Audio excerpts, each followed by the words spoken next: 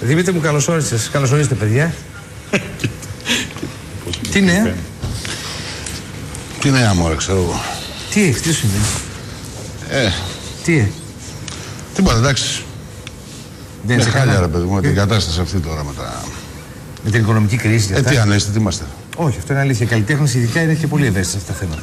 Ναι, γενικώς έτσι είμαι πολύ χάλια. Δεν θέλω να μιλήσω, δεν θέλω να πω τίποτε.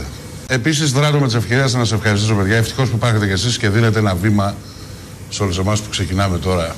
Προσπαθούμε να και 5 κερασμένες πίτσες επίσης. Όχι μόνο το βήμα. Λοιπόν, κοίτα, επειδή είμαι συκοφαντής, παρατήρησες σήμερα. Τι? Επειδή είσαι έξυπνο παιδί και μπορεί να κάνεις ένα αντιθέσει με τον Στάθη, μπορεί να κάνεις και 2 και 3 πράγματα μαζί. Έως και πολλαπλασιασμό. Είδες ότι η Σαρδέλα σε όλη τη διάρκεια της εκπομπής ήταν σε ένα ερωτό και ήταν έτσι? Ναι. Και τώρα αυτή έφαγε τις πίτσες, όχι εγώ. Εγώ έτυχε την ώρα που μπήκες να τρώω ένα κομμάτι γιατί τις πήρε ο Στάθης. Για να μην προσβάλλεις το Στάθη. Οι πίτσες τρομερές. 3 πίτσες, 7 ευρώ.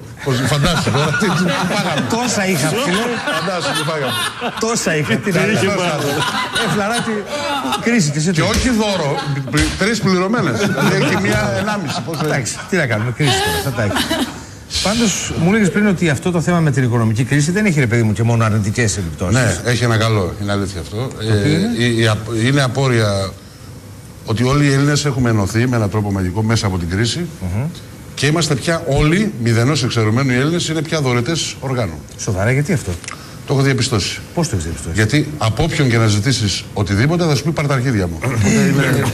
Το οποίο είναι συγκινητικό, έτσι. Είναι πάρα πολύ. Και είναι και τα τελευταία όργανα που θα περίμενες ότι θα έδινε, ειδικά ένας άντρας με τόση ευκολία. Και όμως βλέπεις πόσο.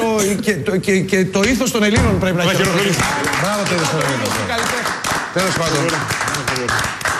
Να μιλήσω με την τέχνη μου. Ελεύθερα, να αφιερώσω ένα κομμάτι κάπου. Όχι τρόπος τρυπούς φύχτηκες. Κάπου ένα κομμάτι να αφιερώσω. Κάπου. Ποιον δηλαδή, Όχι, όχι. Ο ήλιος ο πρασίνος, ο ήλιος που ανατέλει, μας οδηγεί. Κάτσε λίγο, περίμενε. Δεν είπες να πεις ένα blues είναι αυτό? Δεν μπορούμε να πούμε ένα πολιτικό τραγούδι. Αυτό είναι ρετρό, αγόρι μου, δεν είναι blues. Δηλαδή, εντάξει. Θα μας πει ο Δημήτρης ένα τραγούδι blues πονεμένο, βγαλμένο από την καρδιά του μέσα, ένα τραγούδι το οποίο θα δώσει πάρα πολύ πόνο και να τα λέμε και αυτά τα πράγματα. Να τα λέμε. Πάμε λοιπόν. Καλό βράδυ, αδέρφια. Εντάξει, αφού δεν σας άρεσε το προηγούμενο, θα πνίξω τον καημό μου με ένα blues.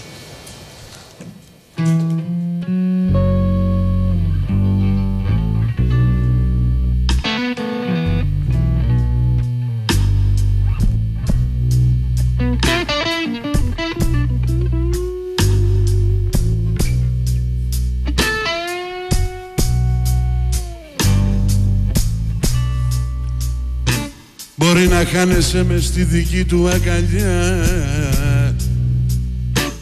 μπορεί να λιώνεις στα δικά του τα φιλιά,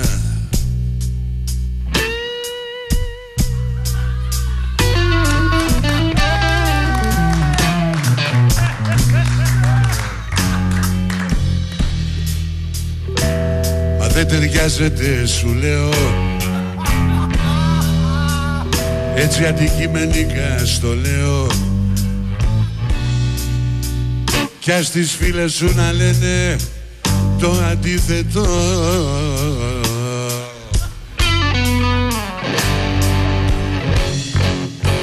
Είσαι αμάρτωλη,